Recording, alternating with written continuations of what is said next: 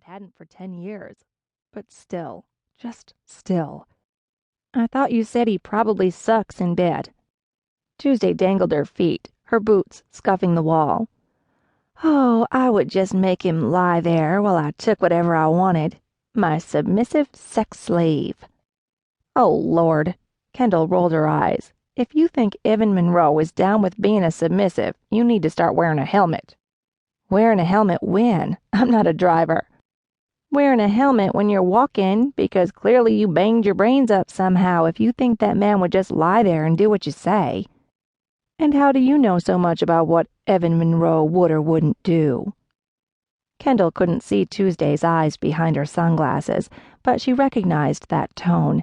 Her friend was suspicious and tenacious in ferreting out secrets.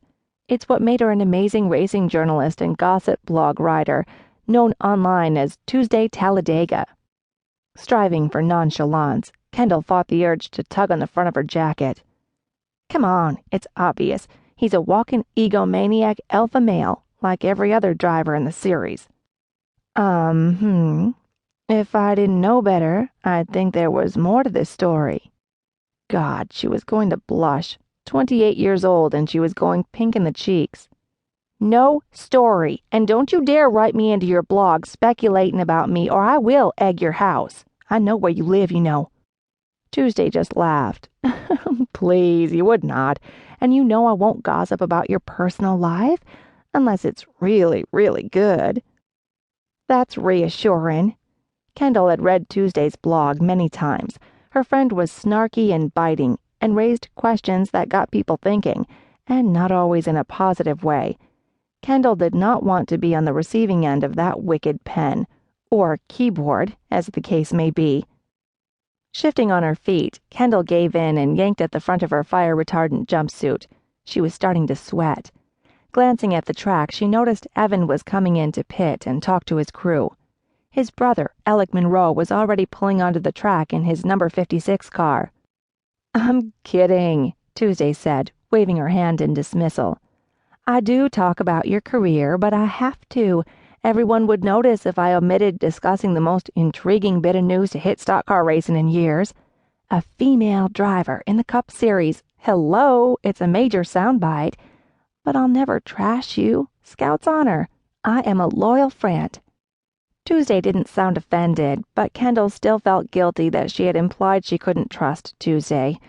I know, you are a good friend, and I'm damn grateful to have you around to keep me sane. But I don't want to be the biggest news to hit stock car racing just because I have a uterus. I don't think it's your uterus most men are concerned with. It's your vagina. Vajayjay, your manhole. Nothing like saying it like it was. Kendall was about to tell Tuesday exactly what she thought of the expression manhole when she heard a strangled laugh from behind her. Great, someone had heard them. Is this what happens when we let a woman driver into the Cup Series? Instead of chassis and boilerplate restrictors, we talk uterus and vajayjay? Oh, freaking fabulous. That wasn't just any someone. That was Evan goddamn Monroe, right behind her, making her feel stupid and small and furious. It was a curse that of all the people milling around, it would be him that would overhear their conversation. Why? Whirling, she glared at him. I don't believe we were talking to you, so we are not talking about anything that is any of your business.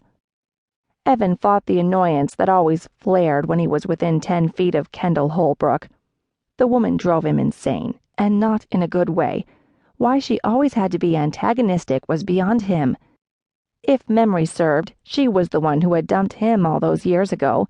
He'd been a 19-year-old idiot rushing into love, on the verge of popping a certain question to her, when she had disappeared, not returning his calls and totally avoiding him.